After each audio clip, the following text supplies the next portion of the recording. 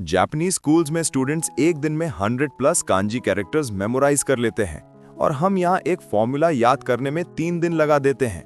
आज की वीडियो उन्हीं के मेथड से इंस्पायर्ड है। आप सीखेंगे वो 5 मेमोरी सिस्टम्स जो जापानीज स्टूडेंट्स यूज करते हैं मेमोरी को लॉक करने के लिए। वो विजुअल, लॉजिक और इमोशन को मिलाकर याद करते हैं।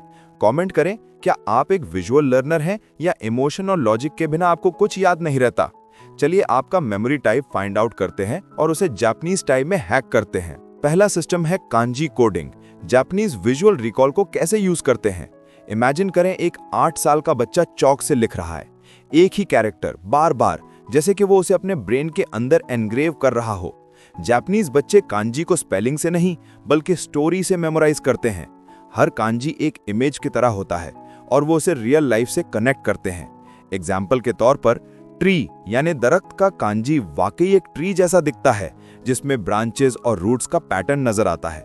आप भी अपने नोट्स में टेक्स्ट के साथ छोटे छोटे मिनी डूडल्स या सिंबल्स ऐड कर सकते हैं। हमारा ब्रेन विजुअल्स को वर्ड से 60,000 गुना टाइम्स फास्टर प्रोसेस करता है। इस एडवांटेज को यूज करें, कम ऑन। दूसरी टिप है मेमोनिक्स मीट्स इमोशन यानी मेमोरी में ड्रामा।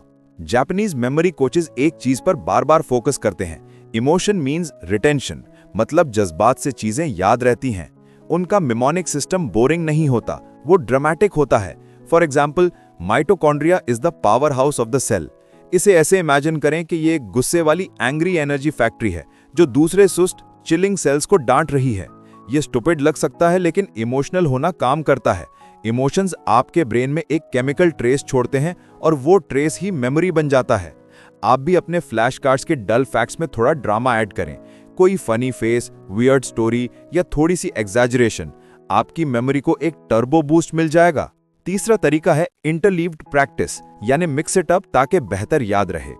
क्या आप मैथ्स के बाद फिर से मैथ्स पढ़ते हैं, हमेशा फिजिक्स के बाद फिर से फिजिक्स? जापानीज स्टूडेंट्स ऐसा कभी नहीं करते। वो इंटरलीव्ड प्रैक्टिस यूज करते हैं।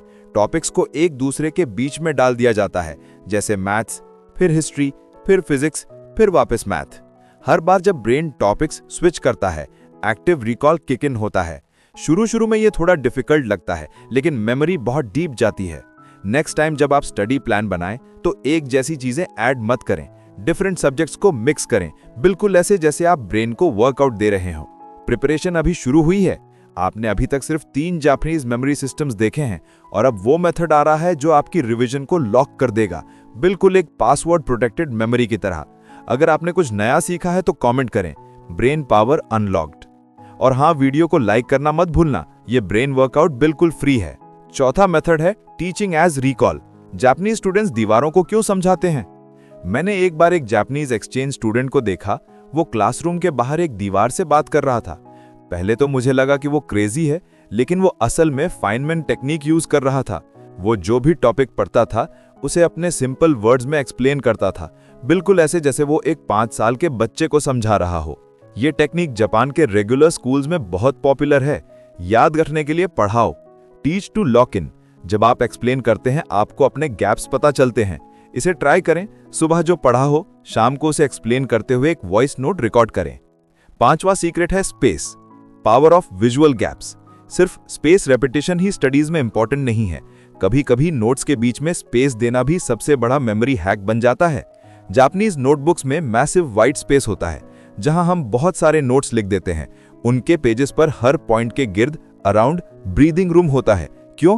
क्योंकि जब ब्रेन को विजुअल गैप्स मिलते हैं वो ऑटोमेटिकली चीजों को ऑर्गेनाइज करता है और बेटर रिकॉल करता है। नेक्स्ट टाइम जब नोट्स बनाएं तो वाइट स्पेस को इंटेंशनल रखें। हर बड़े आइडिया के बीच में विजुअल रिदम के लिए ब्रेक दें।